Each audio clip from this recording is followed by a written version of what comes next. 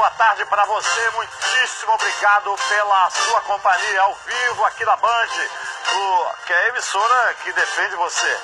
Olha só, gente, nós estamos cumprindo nossa programação especial de entrevistar aqui no nosso Fala Baixada os candidatos ao Senado. É super importante que todos nós saibamos quem são os candidatos ao Senado da República. São 2 vagas, viu, gente? Nessas eleições teremos 2 vagas do Senado. Hoje nós vamos conversar com o candidato a senador Flávio Bolsonaro. Ele é candidato do PSL ao Senado da República. Nós temos entrevistado vários candidatos aqui e hoje, daqui a pouquinho, já está aqui com a gente o deputado Flávio Bolsonaro, que é candidato ao Senado. Por isso, nós vamos começar o nosso Fala Baixada especial já cumprimentando o candidato ao Senado, Flávio Bolsonaro. Senador, muito obrigado pela sua presença aqui no nosso Fala Baixada. Eu que agradeço, Mauro. Tenho muito orgulho, viu? Muita satisfação de poder conversar com o senhor aqui nesse nosso programa, que é um programa propositivo. Nós estamos em rede estadual, mas o programa com esse nome, Fala Baixada, fala diretamente aos moradores da nossa Baixada Fluminense, que já são quase 4 milhões de habitantes, mais de 2.600.000 eleitores. Por isso, logo no começo do nosso bate-papo, eu queria lhe perguntar, candidato, o que motivou o senhor a aceitar o convite do PSL a ser candidato a uma das 2 vagas ao Senado? Bom, Mauro, boa tarde para todo mundo que nos assiste. Uma honra para mim estar aqui nesse programa com esse nome emblemático, Fala Baixada. A Baixada nunca teve um senador de verdade.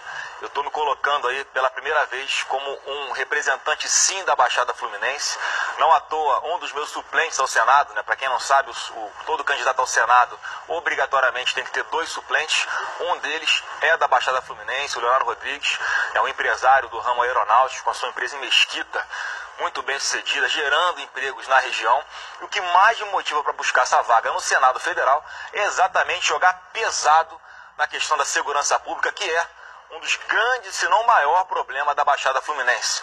Então é agindo com energia contra criminosos, mudando a nossa legislação para que pare de ter esse olhar romântico com o bandido, redirecionar essa política de direitos humanos, Mauro, que é vigente hoje, para que ela realmente tenha o foco nas vítimas dos criminosos e não nos criminosos. Esse é o principal fator de motivação para eu disputar uma vaga no Senado Federal. E já de antemão agradeço a todos que aí já me colocam como o primeiro colocado nas pesquisas para o Senado Federal. Agora, candidato, eu percebo que por uma ação mais precisa e mais focada no combate à criminalidade, tem que ter um efetivo mais permanente, né? E falam muito da inteligência, mas parece que não aplicam a inteligência, né? Olha, é uma série de fatores. Pagam a missão para as nossas polícias, vamos falar só da parte final da segurança pública. Eu estou falando da parte ostensiva, de enfrentamento, que tem que ter e que tem que ser, sim, aprimorada. Pagam a missão para os nossos policiais e simplesmente não dão recursos suficientes. O governo do Estado não dá recursos suficientes para os policiais. E é fundamental, Mauro, que a gente dê a retaguarda jurídica para o nosso policial poder trabalhar.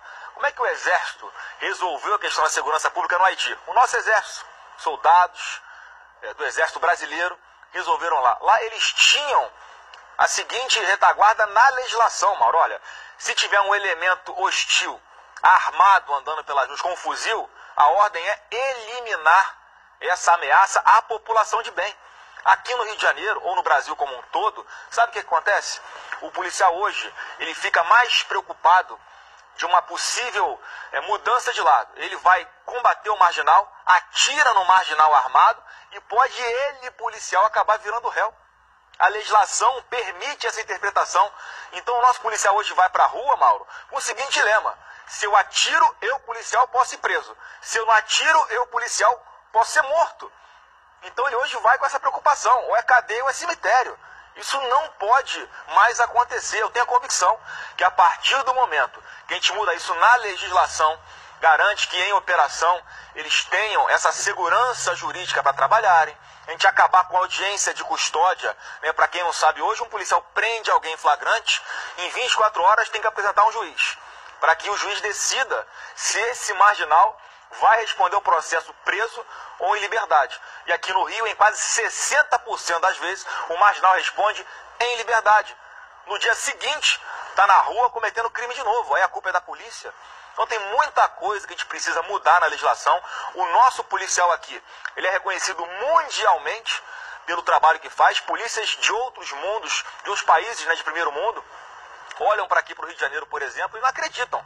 Os resultados que a gente alcança, mesmo com todas as nossas deficiências, né, de pagar mal o policial, de não ter condições de trabalho, de estar com uma arma que está muito longe de ser uma arma moderna, com quantidade de tiros limitada, com ordem, muitas vezes, para não reagir a uma agressão que sofra por parte de marginais, porque há ali uma preocupação de atingir metas estipuladas pelo governo do Estado para o pagamento de premiações. Então tem muita coisa que está equivocada e eu acredito que a intervenção federal na segurança pública que está acontecendo aqui no Rio, ela sem dúvida alguma está muito longe de ser a ideal. Eu sou a favor, qualquer efetivo na rua pra gente ajuda. As Forças Armadas estão aí, né, para cumprir a missão que for dada a elas, mas não é a missão constitucional delas. Elas vêm de uma forma extraordinária, temporária, excepcional. Os militares estão com data marcada para sair do Rio de Janeiro, que é o final do ano. Eu não tenho dúvida que eles vão entregar a situação da violência no Rio um pouquinho melhor do que eles pegaram, mas é tanta mudança que tem que fazer que eles já começaram, em especial estruturantes, de uso de tecnologia para melhor planejar as operações, para produzir uma investigação melhor, Mauro, que permita que os marginais, que a polícia possa produzir mais provas contra esses marginais, para facilitar uma condenação dele por mais tempo no judiciário, para que ele fique mais tempo preso, sim. O Brasil como um todo tem pouca gente presa ante a quantidade de crimes que se comete aqui nesse Brasil. É um estímulo à impunidade o tempo inteiro. Então isso que a gente tem que combater, é o que eu estou muito motivado para fazer no Senado Federal, com muita energia, com muita coragem, e aí pronto, preparado para liderar essas mudanças lá no Senado Federal. Eu queria pedir licença ao senhor por alguns segundos para o nosso intervalo comercial e propor que no nosso próximo bloco nós possamos falar da morosidade da tramitação dos projetos no Senado e na Câmara Federal também. Isso é uma coisa que existe e é grave e que precisa ser mudado. Eu queria ouvir a sua opinião, mas isso é daqui a pouco, viu, gente? Rapidamente, depois do nosso intervalo, estou conversando aqui com o candidato ao Senado da República, Flávio Bolsonaro. Rapidinho a gente volta.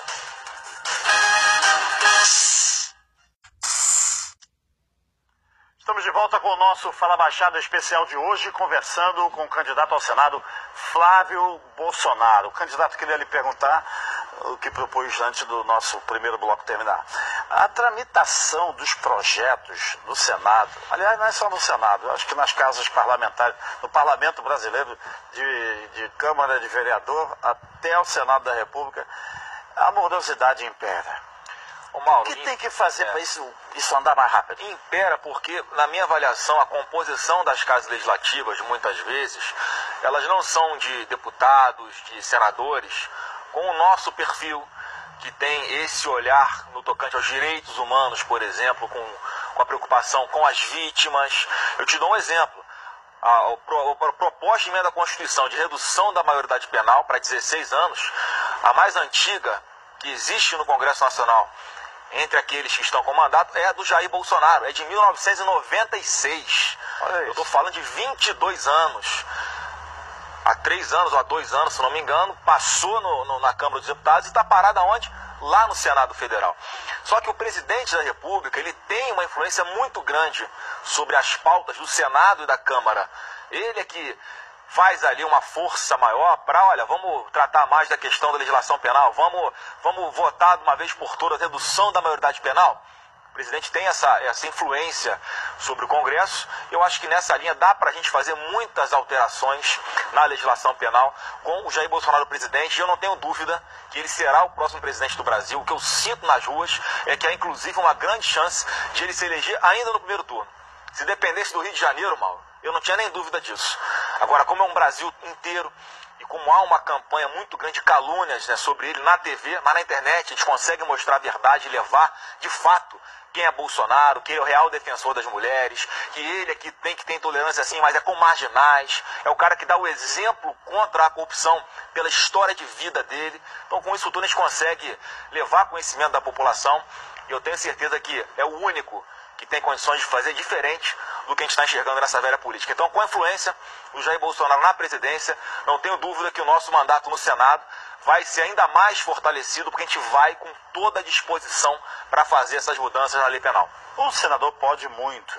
Se juntado com outros senadores, evidentemente pode muito mais. A gente vê bancadas como a bancada do Nordeste levando para regiões inteiras melhorias de recursos, não só de emendas parlamentares, mas uma junção do prestígio que senadores têm junto a ministérios, junto ao próprio governo federal, à presidência da República.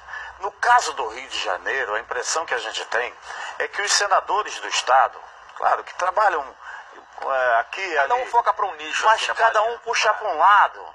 Isso é muito ruim para o nosso estado do Rio de Janeiro. A gente vê regiões muito abandonadas, não só a Baixada Fluminense, mas muitos municípios do interior do estado. Aqui próximo, São Gonçalo, uma parte de Niterói, né? A despeito do trabalho dos prefeitos aqui, ali, mas falta recursos. Você acha que um senador pode, precisa e deve juntar os senadores eleitos para que possam parar com esse jogo de cada um puxar para um lado? Olha, fundamental. Nessas eleições nós votaremos para 2 senadores. Tá? Então já estou pedindo voto para uma vaga dessa, e a outra tem que ser alguém alinhado com a gente. Não dá mais para dar voto para quem defende bandido, condenado, preso como Lula. Quem defende bandido de estimação, quando está no poder, como já é o caso de um senador do Rio de Janeiro, o que é que ele traz de benefício para o nosso estado? Nada. A pauta dele é defender bandido. Quem defende bandido está ajudando o cenário da insegurança pública na Baixada Fluminense a se agravar ainda mais. Então eu estou disposto sim, já ouvi, por exemplo, já quero aqui de antemão falar que abraço esse projeto, porque tem dinheiro, Mauro, tem dinheiro, mas para o que esse dinheiro é usado? Quais são as prioridades? Então já quero abraçar aqui que há um projeto ainda sem ter avançado muito, mas de construção de um hospital geral na Baixada Fluminense. Hoje, os hospitais da Posse e Saracuruna não dão conta da grande demanda que existe. Nova Iguaçu recebe pacientes de toda a Baixada, porque outros municípios não construíram a sua rede de saúde, acabam investindo em ambulância, enfim, para transporte de pacientes para os principais hospitais aqui, como eu falei. Então, é uma necessidade e é algo que, mais uma vez, com um Bolsonaro presidente, um presidente do Rio de Janeiro, eu não tenho dúvida que a gente vai conseguir ter muito mais força para, se nos unindo com os outros senadores, eu espero que seja eleito aqui um outro senador junto comigo, considerando que eu chegarei lá também, que tenha essa afinidade conosco, que a gente possa unir essas forças para trazer esse tipo de melhoria. Como já conseguimos também, quando estava aqui no intervalo, Mauro, trazer o Colégio da Polícia Militar para Caxias. Uma parceria, né, da Prefeitura de Caxias com a Polícia Militar. Eu fui ao interventor aqui, o General Braga Neto, fiz essa solicitação, eles entenderam que era possível, que era razoável. Com isso você valoriza a tropa, você dá uma educação de qualidade para os filhos de policiais, bombeiros e de alguns moradores da região também, que haverá vagas para eles, de ter acesso a uma educação de qualidade. Numa sala de aula onde o professor ele é respeitado. Isso já está definido. Está definido, começa, já foi publicado em Diário Oficial. Começa a funcionar a partir de 2019, não na sua capacidade total. Lá é um colégio que pode receber mais de 2.000 alunos todos os dias. Então no começo agora, até por escassez de recursos, não, pelo que eu saiba, né, não vão abrir vagas para todas as séries, mas já é um começo, é uma sementinha que a gente planta aqui para mostrar a nossa preocupação, o nosso olhar especial para a Baixada Fluminense. Muito bem. Candidato, eu queria pedir licença por mais alguns segundos para o nosso outro break comercial e propor que no terceiro e último bloco nós possamos falar do desemprego, né? E também do Compert, que é um complexo petroquímico paralisado aqui na região de Itaboraí. Daqui a pouco a gente volta com o candidato ao Senado, Flávio Bolsonaro.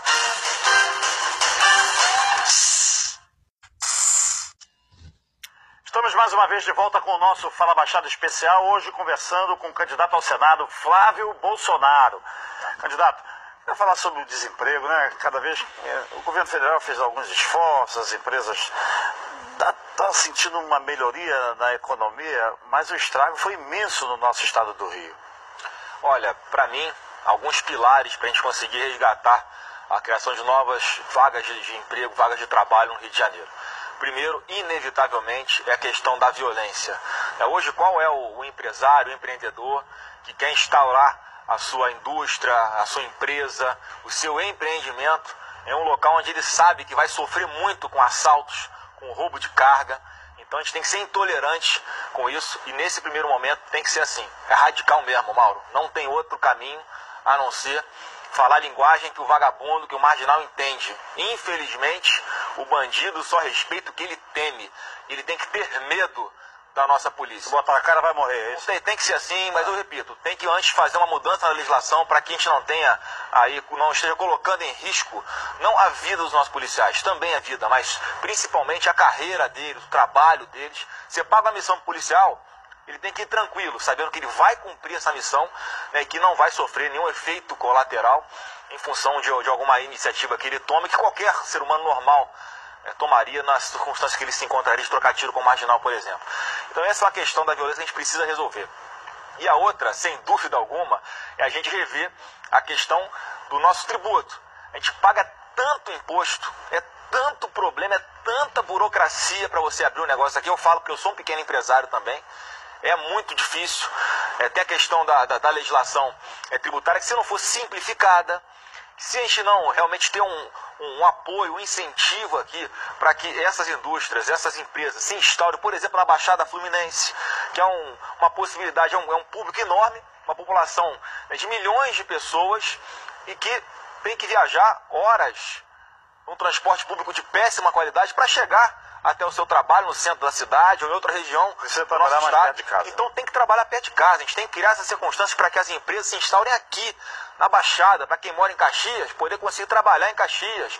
Né? Quem mora em Nova Iguaçu, poder ter uma vaga, uma oportunidade lá também.